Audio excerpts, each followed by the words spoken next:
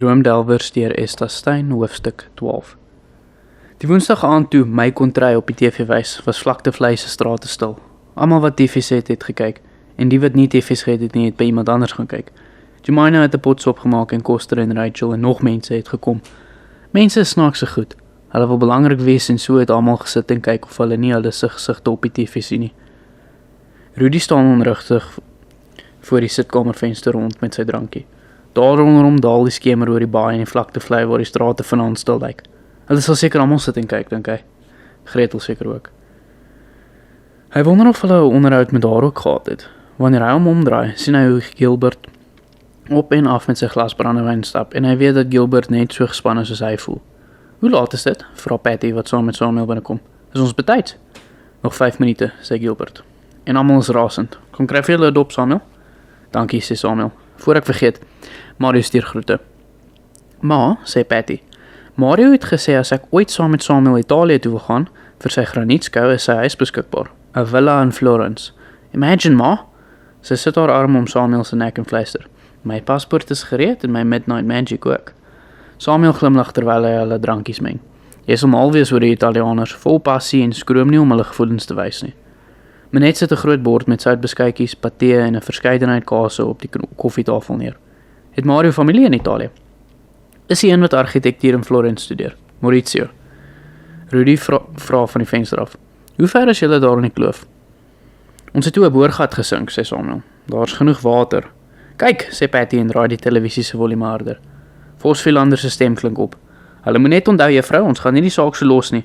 Al moet daar trane vloei, evenal moet daar bloed vloei, ons veg vir Vlaktevlei.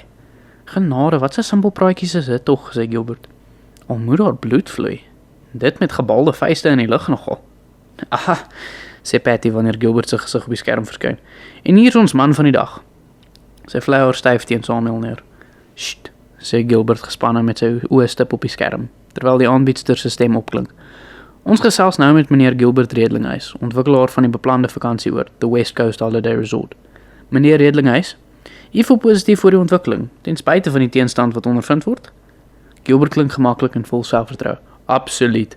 Dit sal 'n ekonomiese inspuiting vir ons hele streek wees, vir die Vlaktevleiers uiteindelik ook. Gesien in die lig van die feit dat die visbedryf aan die agteruit gaan is as gevolg van die kwotastelsel, sal hierdie ontwikkeling daartoe bydra om geweldig baie werksgeleenthede te skep. Die Vlaktevleiers is die mense wat op die lange duur sal deel in die vooruitgang. Jy kom fantasties oor, fluister my net trots. Ek verstaan dat die familie Redlinghuis 'n besondere verbintenis met die skool en kerk van Vlaktevlei het. Gilbert se glimlag op kamera is uiters charmant. 'n Verbintenis wat 'n ver pad kom, ja. My oupa grootjie het die skool en die kerk hier kom vestig in die jaar 1906. Sedertdien het ons die geboue feitelik sonder staatssubsidies in stand gehou en dra ons op baie maniere die belange van die personeel en leerders op die hart. Die laaste stewige skenking is minder as 'n maand gelede gemaak.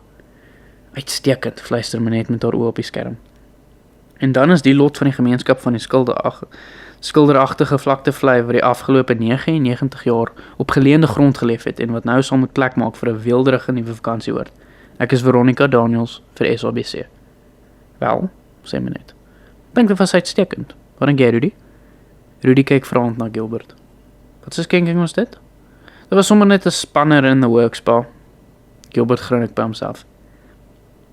Jemina het vir almal sop uitgeskep en almal het TV gekyk. Later toe vra Gerald vir haar van watter skenking hulle gepraat het. Sy sê soet dat die Redlinghuis enige ding sal sê om hulle saak beter te laat lyk. Die volgende dag was Vosvielander die held van Vlaktevlei. Vos kyk verras na die kinders wat hom by die skoolhek inwag. Meneer was op die TV. Meneer was op die TV, skreeu hulle. Yes, julle, wifi en trap sy sigaretstompies dood. Ons het meneer uitgecheck. Meneer het smart gelyk, smarterder as Brad Pitt. Julle moet my watch, né? Lag Vos selfvoldaan. Ek gaan nog 'n movie maak en dan kom ek hierso aan met 'n lang slap limo. En dan koop ek sommer die hele ou holiday resort uit. Wat sê julle? En dan hou ons 'n party. Hy gaan by die ingang in terwyl die kinders agter hom aanhardloop. In die personeelkamer is sy ontvangs nie minder hartlik nie. Trudy Muggles is eerste by hom. Ek het jou gisterand gesien. Ek het by Katie hulle gaan kyk. Jy het hulle lekker gesê, né? Jou ou satang. Vos sit sy arm om Trudy se lyf. Ag my darling, die familie, die famous filmstar sal net nou die autograaf sign, okay? Hy soek net eers 'n bietjie koffie om aan die gang te kom. Hy begin poseer soos 'n beroemde model aan die ander lang. En die ander lag, terwyl Jemina en Gretel inkom. Good morning ladies, het julle gisterand gekyk? Goeiemorgen, groet Gretel. Ja, die hele wêreld het jou gesien, Vos. By the way, kry Vos met eens vir ons. Van wat 'n skenking praat Gilbert? 'n Stewige skenking nogal, minder as 'n maand gelede? Sover ek weet is ons fondse rock bottom. Laas wat hulle iets gegee het was vir die ver van die klaskamers en dit was aan die begin van die jaar. Jy's reg, sê Gretel. Hy het gesê dat hulle geld geskenk het, onlangs.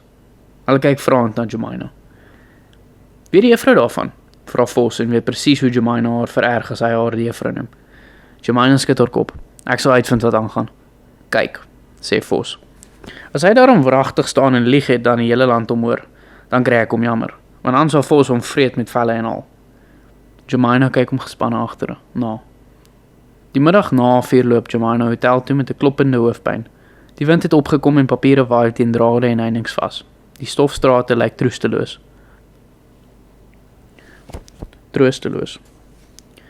Ek moes 'n pil gedrink het, dink sy toe sy die trap van die hotel opklim. Sy kyk rond en hoop nie iemand sien haar nie. Sy moet tog nie nou en Rebecca van alle mense vasloop nie. Maar daar's gelukkig niemand op die stoep nie. Net Faatjie wat besig is om die wapperende sambrele by die stoeptafels af te haal. Goeiemiddag mevrou. Middag Faatjie, ek is op soek na Gilbert. Die wind wil 'n sambreel opskep en Faatjie moet keer. Sjoe, en hier vlieg Faatjie amper weg, lag hy. Maar sy dink nie dis snaaks nie. Sy kyk deur die see wat grys en dreigend lyk. Hy is in die private bar, mevrou kan maar saamkom. Dankie Faatjie. Sy loop agter hom aan die kroeg binne en voel vreemd. Gilbert kom joviaal nader. Dis 'n verrassing, Jemina. Kom sit. Kan ek teer jou? Nee, dankie. Ek's eintlik nogal haastig. Hy trek vir haar 'n stoel uit en sy gaan sit. Haar keel voel droog en haar kop klop. Gilbert, die donasie, die R12.000. Sy verwag dat hy sal reageer, maar hy kyk haar net afwagtend aan. Jy het gesê dat dit 'n persoonlike saak is tussen my en jou, maar nou het jy dit gaan rigbaar maak. Gilbert is die reine onskuld self. Hoe bedoel jy persoonlik? Wanneer ons donasies gee, is dit mos geen geheim nie. Sy raak al meer senuweeagtig. Maar jy wou nie 'n kwitansie gehad het nie. Ek sien. Nee, jy sien, dit was my eie checkrekening, dit het nie deur ons boeke gegaan nie, maar ek neem aan die skool het wel 'n kwitansie daarvoor uitgemaak vir julle rekords. Jy het gesê ek kan dit aanwend soos wat ek goed dink. Gilbert geniet die spelletjie al hoe meer. Maar natuurlik, ons was nog nooit voorskriftelik oor hoe die skool ons donasies moet gebruik nie. Jy het gepraat van sporttoerusting, dis fyn.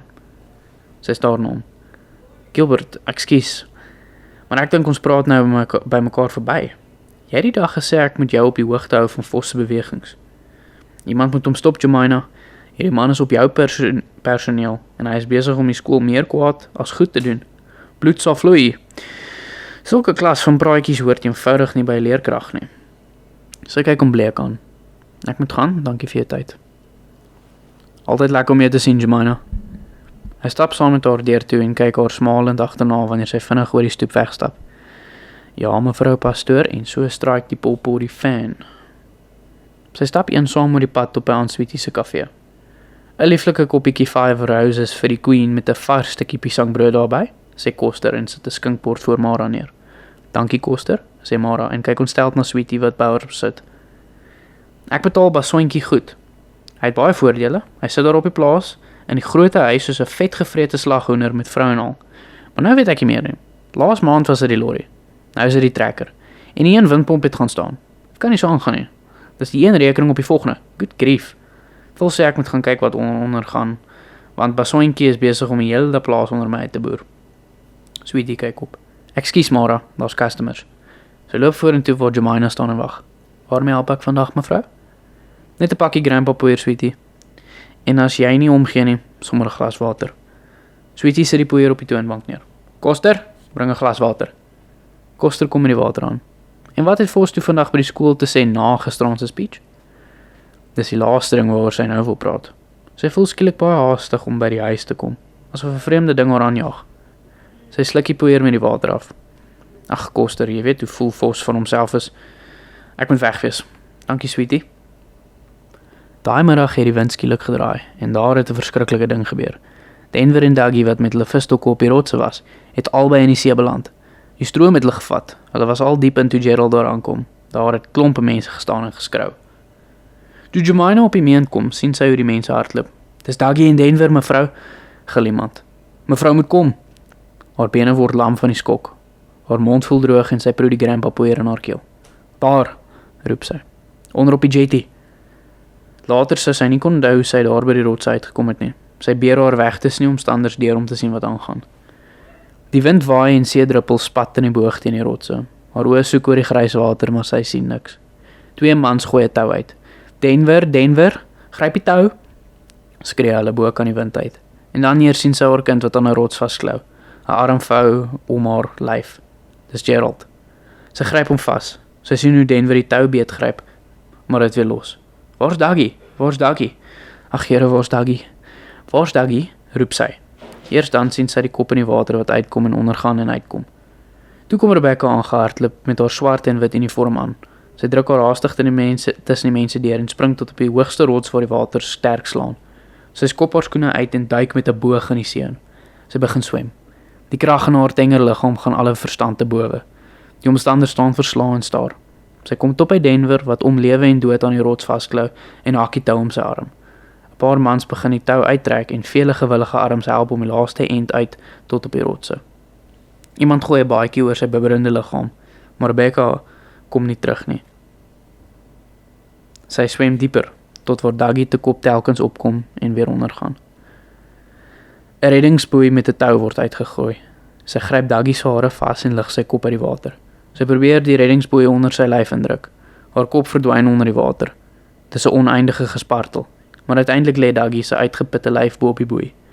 Na angswekkende minute, wat soos ure voel, word hy uitgetrek na die veiligheid van die rotse, waar hy roerloos bly lê. Dis Gretel wat 'n kombers oor hom gooi en oor hom kniel en asem in sy mond blaas, oor en oor, totdat hy water begin braak en bykom. Die wind het skielik gaan lê en die branders het bedaar. Ek dink Tommy het op die rotse tussen die mense gaan staan en na sy ma geroep. Sy was ver weg soos 'n stroom haar gevat het. 'n Motorboot van Pelican Bay se kant af het gekom en haar uit die see uit opgetel.